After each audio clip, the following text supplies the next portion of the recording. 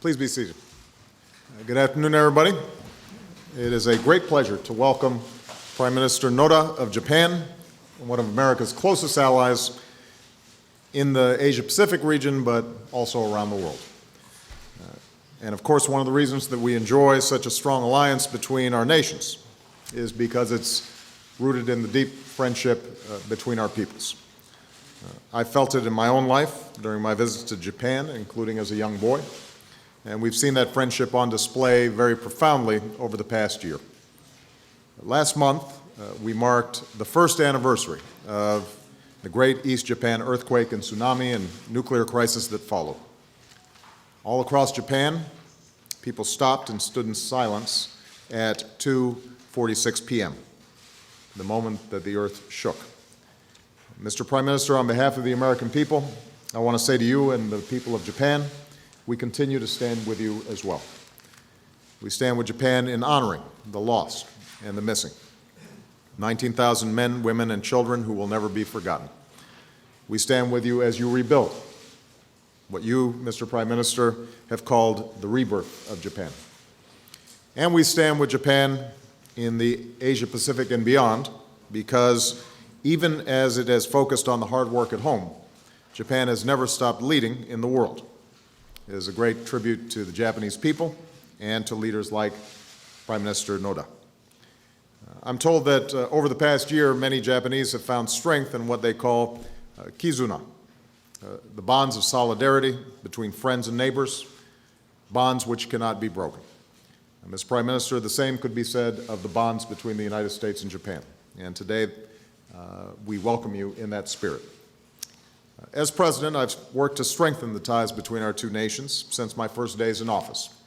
And when Prime Minister Noda and I first met last September, we agreed to modernize our alliance to meet the needs of the 21st century. And Mr. Prime Minister, I want to thank you for the personal commitment that you've brought to this effort. You've called the alliance with the United States Japan's greatest asset. And in our work together, we've seen your trademark determination and humility. In fact, during our discussions today, the Prime Minister compared his leadership style to that of a point guard in basketball. He may not be the flashiest player, but he stays focused and gets the job done. He's brought that same sense of teamwork to our partnership, and it's helped make this visit a milestone in the history of our alliance. I'm proud to announce that we have agreed to a new joint vision to guide our alliance and help shape the Asia-Pacific for decades to come.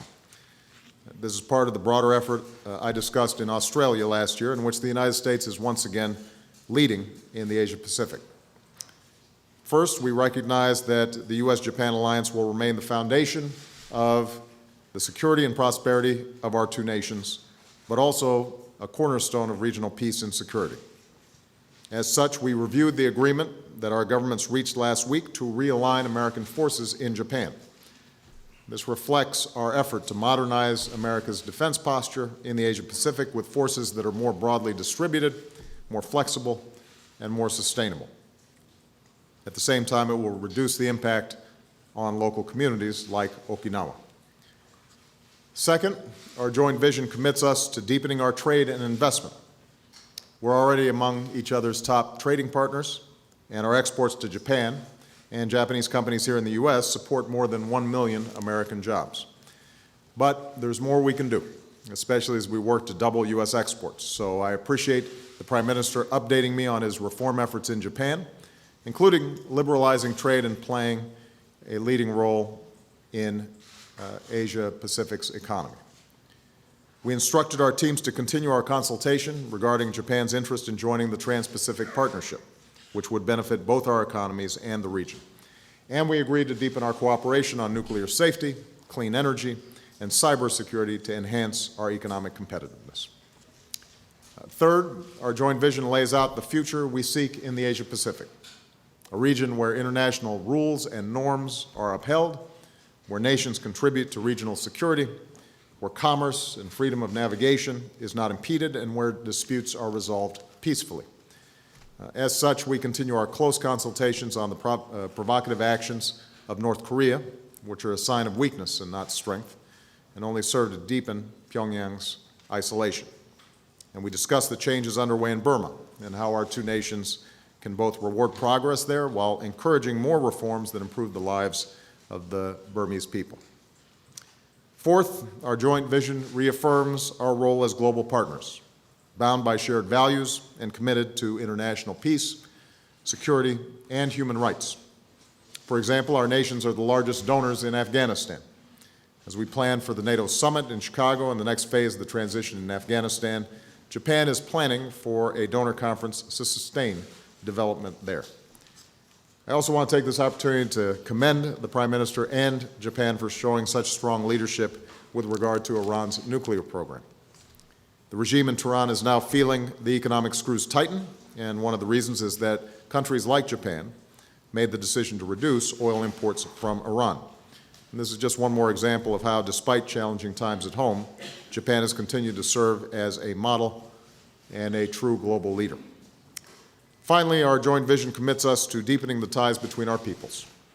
This includes new collaborations between our scientists, researchers, and entrepreneurs to foster innovation, and it includes new exchanges that will bring thousands of our young people together, including high school students, to help Japanese communities rebuild after last year's disasters. So, again, Mr. Prime Minister, thank you for helping to revitalize our extraordinary alliance so that we enjoy even greater security and prosperity for both our countries. And I once again want to salute the people of Japan for the strength and the resilience and the courage that they've shown during this past year. More than ever, the American people are proud to call you a friend and honored to call you an ally.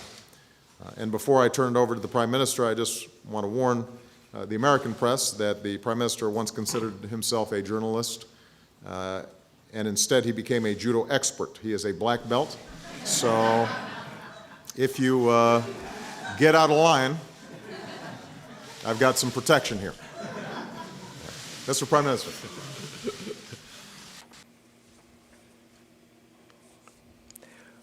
Well, following President Obama power forward, I, the point guard, Noda, will take up the microphone. Now, this is the first visit to the United States by a Japanese Prime Minister in the bilateral context since the change of government took place in Japan. I wish to thank President Obama for the warm welcome and hospitality, as I know how busy he is with official duties. I had a very good exchange of views with the President today on bilateral relations between Japan and the United States, the situation in the Asia-Pacific region, and various global challenges, among others. We were able to confirm from broader perspectives the present-day significance of the Japan-U.S. alliance and where the Japan-U.S. relations should be headed in the longer term. The President just now spoke about his support, and I would like to take this opportunity to say thank you for all the unsparing support given by the government and people of the United States, starting with Operation Tomodachi conducted by U.S. forces at the time of the Great East Japan earthquake of last year. Yesterday, I met with the bereaved families of Taylor Anderson, who unfortunately passed away, but who took care of children until the very last moment following the Great East Japan earthquake. I also met with representatives of the Fairfax County Search and Rescue Team, who immediately following the earthquake deployed in the disaster-affected region to help the people. So I was able to meet myself with these true friends of Japan. Now, I've always held the conviction that our bilateral alliance is the linchpin of Japan's diplomacy. Having had conversation with my U.S. friends 揺るぎのないものでなければいけない、揺るぎないものであるということを確信をした次第であります。このような信念ゆえに、本日、共通ビジョンを発表できることをとりわけ喜ばしく思います。この文書では、アジア太平洋のみならず、世界の平和と繁栄のため、それぞれの持つ能力や資源を最大限活用し、日米両国がその責任と役割を分担を果たしていくとの決意が明確に記されております。それは私の確信でもあります。日米両国がその両端に位置するアジア太平洋地域は世界の成長センターであります。しかし同時に北朝鮮の存在は言うに及ばず、海洋をめぐる争い、軍備拡張等の不安定要素を内包しており、大きなチャンスとチャレンジが併存している状態にあります。このような状況。In other words, major opportunities and challenges exist side by side in the region. To cope with such conditions, we are determined, as spelled out in the shared vision, to realize the new U.S. Forces Realignment Plan in accordance with the Security Consultative Committee, or 2+2 joint statement released the other day, and to step up bilateral security and defense cooperation in a creative manner. We also need to work with regional partners and to build a multi-layered network that is open, comprehensive, and built on international rules utilizing such frameworks as trilateral dialogues among Japan-US ROK and Japan-US Australia, East Asia Summit, and APEC. From this point of view, we shall also cooperate with China, which is an important partner. It is also important that Japan and the United States cooperate to promote necessary rules-making in the areas of non-traditional threats, such as terrorism, proliferation of weapons of mass destruction, and piracy, as well as human security, and peace-building, and development assistance, ocean, space, and cyberspace. In the economic area, we shall deepen bilateral economic ties and fortify the growth and prosperity of the two countries through their promotion of economic integration in the Asia-Pacific region. And to this end, both our countries will work on regional trade and investment rules-making with a view to building a FTAP, or the free trade area of the Asia-Pacific. From this vantage point as well, we shall advance consultations with a view to participating in the Trans-Pacific Partnership negotiations. The shared vision also calls for the strengthening of energy cooperation, and we discussed in our meeting today expanding LNG export from the United States to Japan. Last but not the least, as stated in the shared vision, it is important to boost exchanges among next-generation youth in the interest of the future of the Japan-U.S. alliance. We'll further step up people-to-people exchanges among youth through such endeavors as Japan's Kizuna Project and U.S. Tomodachi Initiative. Japan-U.S. alliance has reached new heights. Together with President Obama, I shall firmly advance these steps. I thank you. So we've got two questions on each side. We're going to start with Laura McGinnis of Reuters. President Obama, could you confirm whether the blind Chinese dissident Chen Guangzheng is under U.S. protection in Beijing? How do you foresee that situation being resolved? Would the United States grant him asylum if he asked for it? And Prime Minister Noda, how likely do you think it is that North Korea will carry out a third nuclear test? How would Japan respond to such a test, and what would you like the U.S. to do to respond? Obviously, I'm aware of the press reports on the situation in China, but I'm not going to make a statement on the issue. What I would like to emphasize is that every time we meet with China, the issue of human rights comes up. It is our belief that not only is that the right thing to do because it comports with our principles and our belief in freedom and human rights, but also because we actually think China will be stronger as it opens up and liberalizes its own system. We want China to be strong and we want it to be prosperous. And we're very pleased with all the areas of cooperation that we've been able to engage in. But we also believe that that relationship will be that much stronger and China will be that much more prosperous and strong as you see improvements on human rights issues in that country. I know it wasn't directed to me, but I'll just make a quick statement around North Korea. This was a topic of extensive discussion between myself and Prime Minister Noda. Our consultation throughout the failed missile launch was, I think, reflective of how important our alliance is, not just to our two countries, but to the region as a whole.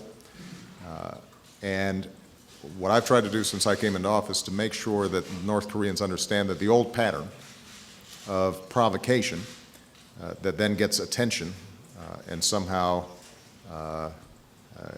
insists on the world purchasing good behavior from them, that pattern is broken. And what we've said is that the more you engage in provocative acts, the more isolated you will become. The stronger sanctions will be in place, the more isolated you will be diplomatically, politically, and commercially.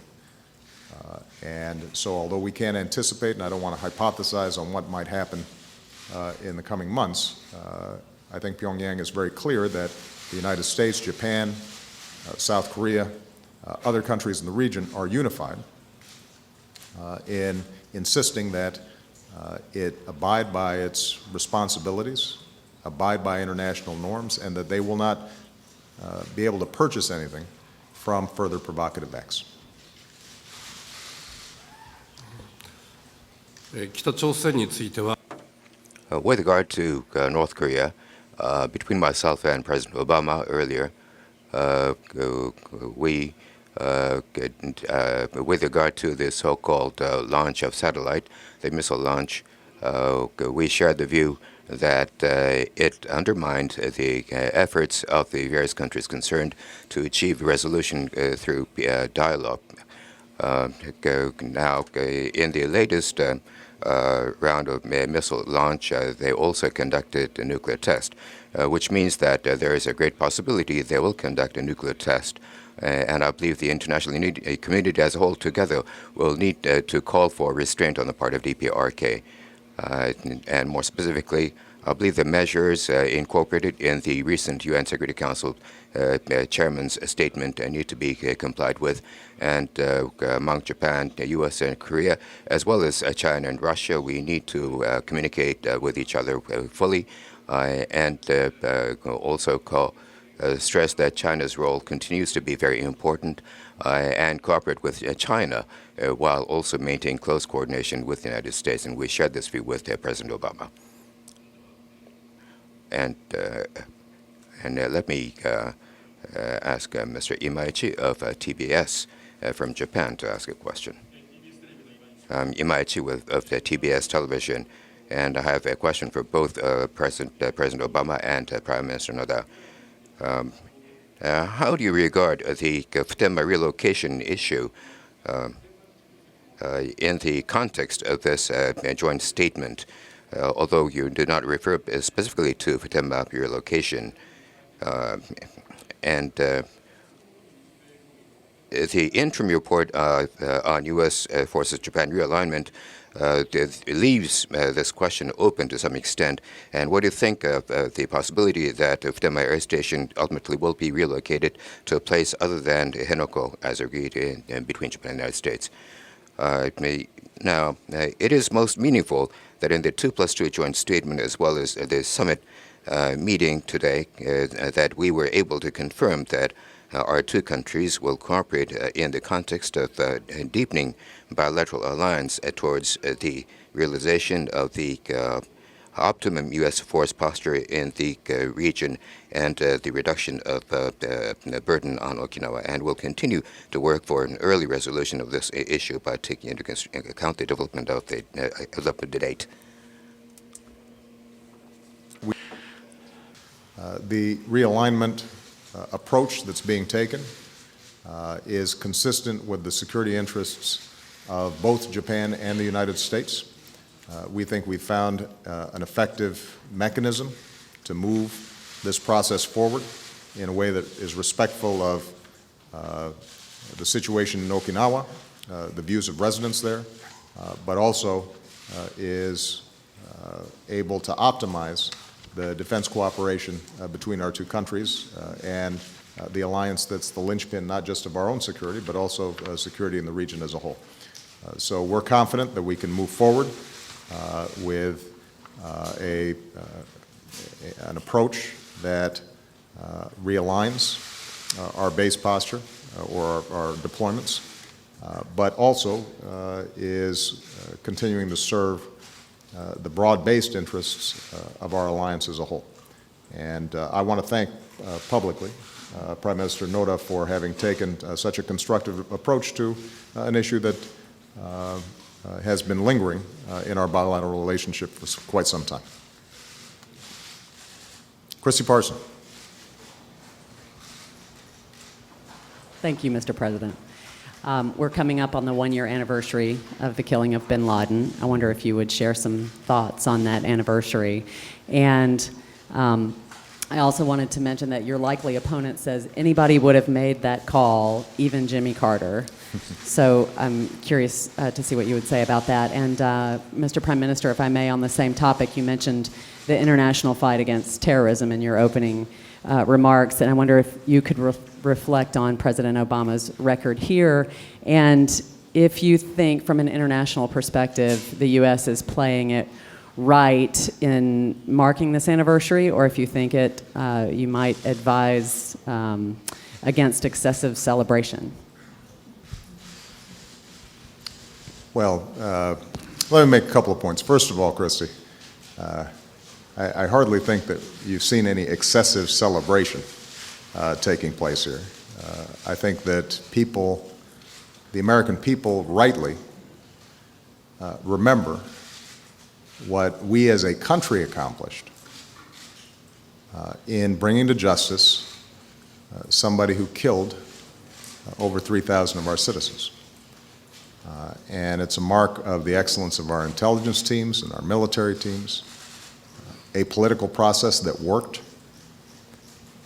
And I think for us to use that time for some reflection, to give thanks to those who participated, is entirely appropriate, and that's what's been taking place.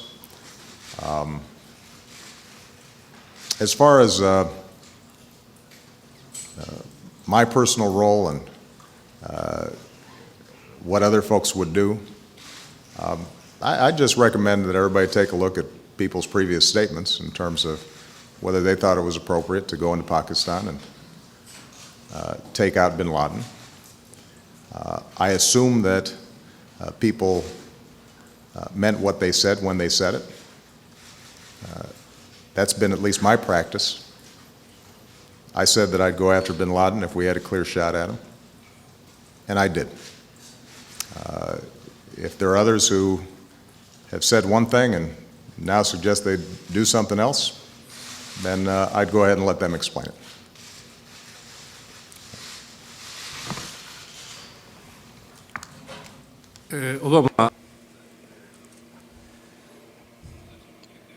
President Obama has been standing at the very forefront in the fight against terrorism, and I hold him in very high regard for that.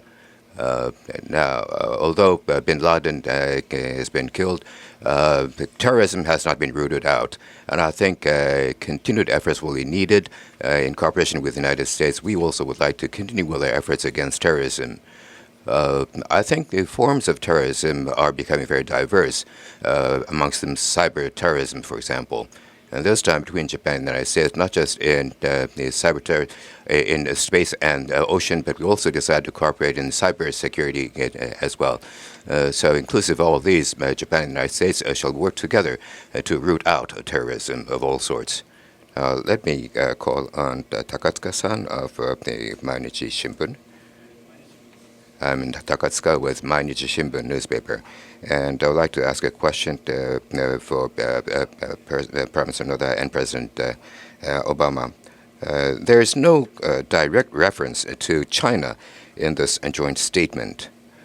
What sort of exchange of views did you have on China in the context of working for stability in the Asia-Pacific, connected with their advances in the oceans, and also their military buildup I wonder what sort of interlocution you had on the subject. Let me answer first. As you correctly pointed out, the shared vision does not refer to any specific country, but we recognize China as a major partner in the region. And in our exchange of views, both of us, in fact, confirmed that viewpoint. China's development is an opportunity for the international community, for Japan, and for the Asia-Pacific.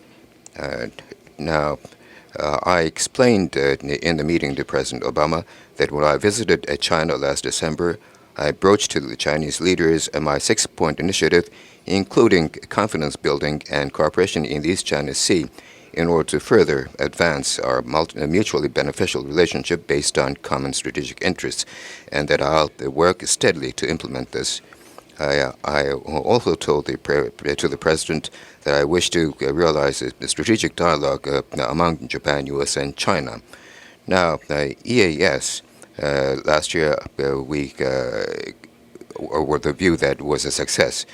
And of course, ASEAN countries also participate in discussions that we need to seek a rules-based response or behavior from the Chinese, and we had these exchange of views.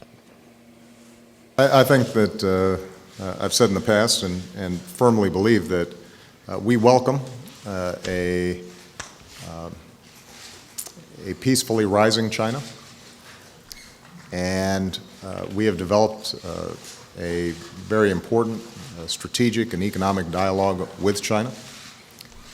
We think what they've accomplished in terms of lifting millions of people out of poverty is good for its own sake, and it's also potentially good for the world and for the region. As Prime Minister Noda and I noted, we do believe that as China continues to grow, as its influence continues to expand, that it has to be a strong partner in abiding by international rules and norms. Whether those are economic norms, like respecting intellectual property, whether these are norms of dispute resolution, so in maritime disputes, ensuring that small countries and large countries are both respected in international fora in resolving these issues, that across the board, we want China to be a partner with us in a set of international rules and norms that everybody follows. And I think as China makes that transition from a developing country into a major power, that it will see that over the long term it is in its interest as well to abide by these rules and norms. And so all of our actions are not designed to in any way contain China, but they are designed to ensure that they are part of a broader international community in which rules, norms are respected, in which all countries can prosper and succeed. Okay. Thank you very much, everybody.